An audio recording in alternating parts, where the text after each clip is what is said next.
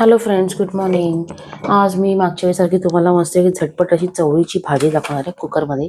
इथे मी मस्त आपला पिजनचा कुकर घेतलेला आहे. हा बघताय तुम्ही. ह्याचं मटेरियल म्हणजे जे यूज केलेलं खूप हेवी आणि खूप छान आहे. खूप लोकांना पिजनचा कुकर आवडतो. हे त्याचं आहे असं झाकण. खूप हेवी आहे, खूप छान आहे असं. तर बघूया आपण आता भाजी. तेल तापत ठेवलंय, हिंग टाकलाय, त्यात टाकूया कांदा. आणि इथे मी घेतलेली आपल्या कोथिंबीरची देठं असतात ना, ती बारीक चिरून घेतली. ती देठं मी वाटणात पण वापरते, आलं लसणाच्या पेस्टमध्ये थोडीशी फोडणीवर पण. अशा उसळी केल्या ना की मस्त होते भाजी. कांदा एकदम लाल करायचा नाहीये. त्यात घालत आहे मी आलं लसूण पेस्ट. आलं लसूण पेस्ट मी वाटून ठेवते.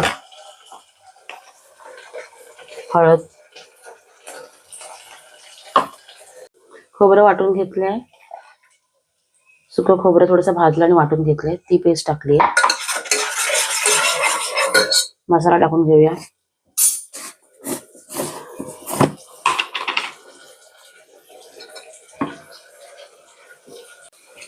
मसाला चांगला परतला आपण. चवळी टाकून घेऊया, मीठ टाकून घेऊया.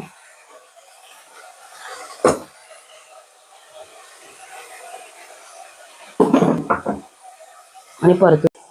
चवळी शिजेल इतकं पाणी टाकायचं. मग आपला मिक्सर होता पाटपाचा, त्याच्यात मी अजून थोडं पाणी टाकणार आहे. गरम करून घेतलंय. आता आपण ह्याला झाकण लावून शिजवून घेऊ 2 शिट्यांमध्ये. इथे आता आपली थोडी चवळी शिजलेली आहे. आता मी इथे टाकणार आहे वांगी. वांगी मी नंतर टाकते, कारण वांगी नाही तर ना आपण 2 शिट्यांमध्ये पूर्ण घळ होऊन. इथे माझी तयारी चालली आहे. आता मस्तपैकी आपल्या लाल भोपळ्याची कोशिंबीर. इथे भात लावलेला आहे आणि त्याच्यासाठी फोडणीसाठी मी तयारी करत आहे. मग अशी भाजी आपली ही करता करता मस्तपैकी चपातीचं पीठ मळालेलं आहे आणि हे कोशिंबीरची तयारी. ही आपली अशी कोशिंबीर. ही चालली आहे मुलांच्या टिफिनसाठी सँडविचची तयारी आणि आम्हाला नाश्त्याला सुद्धा. तुम्हाला माहिती आहे मी काय टाकलंय? हे बघा, मुळ्याची पालक टाकली आहे. मुळा असा कोण खायला बघत नाही ना मुलं आपली. हे मस्त असे तयार झाले. मगाशी मी तुम्हाला दाखवलेली अशी मिनी पिझ्झा ब्रेडचे बनवलेले आहेत, अंशा नाश्त्यासाठी आणि टिफिनसाठी.